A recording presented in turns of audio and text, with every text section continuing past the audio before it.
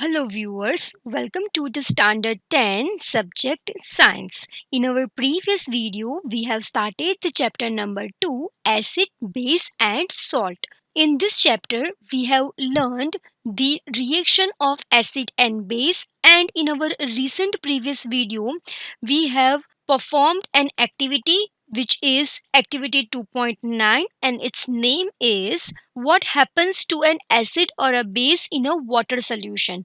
We have observed that acid or a base in a water solution, what are the condition of that and what are the result of that. Today in this video we are going to perform an activity which is activity 2.10.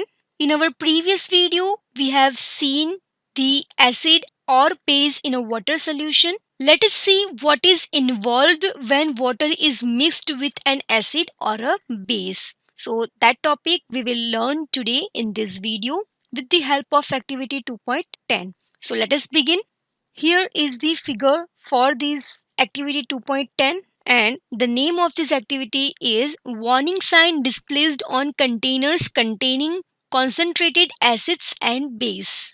In this activity, first of all, we'll take 10 ml water in a beaker, add a few drops of concentrated H2SO4 to it and swirl the beaker slowly. Touch the base of the beaker. Is there a change in temperature? First of all, we'll add 10 ml water in beaker. Then we'll add concentrated H2SO4. Then we'll touch the beaker. Is there any change in their temperature?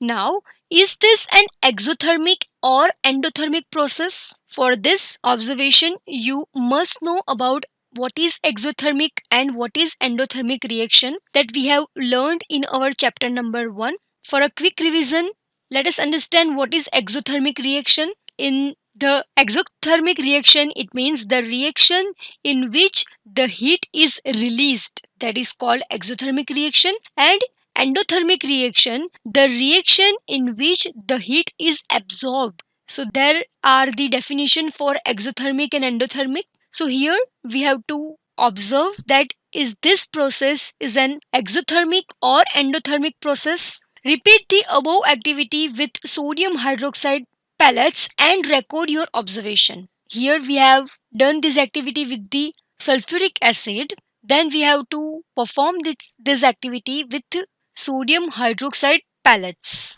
Now let us see what are the observation of this activity. The process of dissolving an acid or a base in water is a highly exothermic one. Care must be taken while mixing concentrated nitric acid or sulfuric acid with water.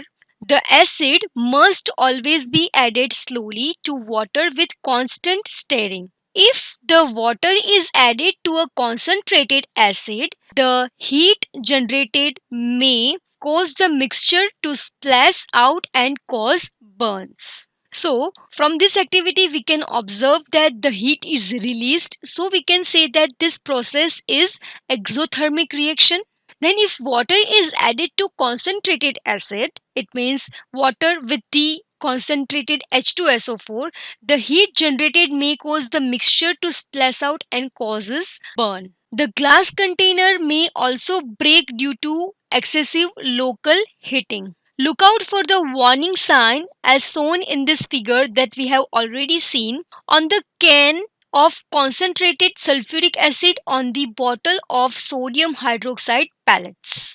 Mixing an acid or base with water results in decrease in the concentration of ions H3O plus OH minus per unit volume, and such a process is called dilution and the acid or the base is said to be diluted. This whole process is called dilution and the acid or the base is said to be diluted. So in this activity we have learned about the acid or base in the water solution and also learned about dilution. This whole process is called dilution with the help of activity 2.10. Hope you have understood very well. Thank you.